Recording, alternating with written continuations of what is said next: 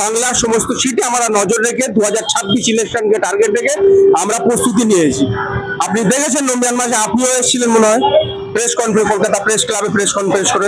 তো সেই উদ্দেশ্যে আমাদের এবার কর্মীদেরকে একত্রিত করে 2026 যে ইলেকশন, প্রত্যেকটা বিধানসভাতে আমাদের কতটুকু কি সংগঠন আছে না আছে, কোন কোন বিধানসভায় আমরা লড়ছি, সেই সমস্ত বিষয় নিয়ে আমরা বিশ্লেষণ করার জন্য আমাদের আজকে কলকাতা কর্মী সম্মেলন।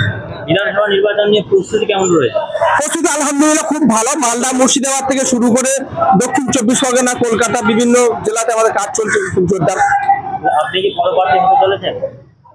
সেটা তো আল্লাহ এটা জানে, কারণ ডিসিশন নেওয়া না মালিক সেটা হচ্ছে ব্যারিস্টার আসাউদ্দিন ওয়াইসি সাহেব এবং আমাদের রাজ্যে যারা দায়িত্বশীল ব্যক্তি রয়েছে তারা। আপনারা যদি নির্বাচনে একাধিক সিটে প্রতিদ্বন্দ্বিতা করেন তো বিজেপির ফায়দা হবে? কে বলেছে? তো টিএমসি তো অনেক অন্যান্য রাজ্যে গিয়ে লড়ছে, গিয়ে সেখানে তো তাদেরকে হারিয়ে দিচ্ছে, যেগুলো সেকুলার দল বলা হয় তাদেরকে হারিয়ে বিজেপি ক্ষমতা আনিয়ে দিচ্ছে। তাহলে সেটা কি বলবেন?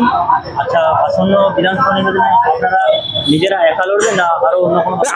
আমাদের কাছে সম্পূর্ণ বার্তা থাকবে, বিজেপি বিরোধী সমস্ত রাজনৈতিক দলের কাছে আমাদের বার্তা থাকবে, এসো আমরা একসাথে মিলে 2026 ইলেকশন আমরা এখান থেকে বিজেপিকে হটাই বাংলা থেকে। আইএসএফ এর সাথে যুক্ত হওয়ার কোনো সম্ভাবনা রয়েছে?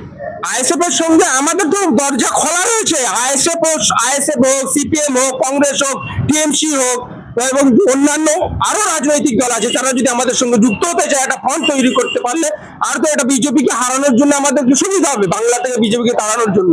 এবং